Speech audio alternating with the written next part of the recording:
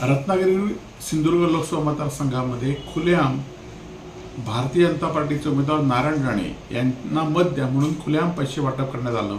या संदर्भात आम्ही व्हिडिओ आणि आमचा पत्र आणि आमची तक्रार या निवडणूक आयोगाकडे दिलेली आहे। त्याचबरोबर राज्य निवडणूक आयोगाकडे सुद्धा दिलेली आहे। खरं तर पैसे वाटणाऱ्या कार्यकर्त्यांवर कारवाई व्हावी, गुन्हे दाखल व्हावेत। त्याचबरोबर ज्यांच्यासाठी पैसे वाटप झाले त्यांच्यावर पण कारवाई करावी अशी आमची मागणी आहे। आणि त्या संदर्भात आम्ही लेखी तक्रार जिल्हा निवडणूक अधिकारी, या मतदारसंघातील निवडणूक अधिकारी आणि राज्य निवडणूक अधिकारी यांच्याकडे दिलेली आहे।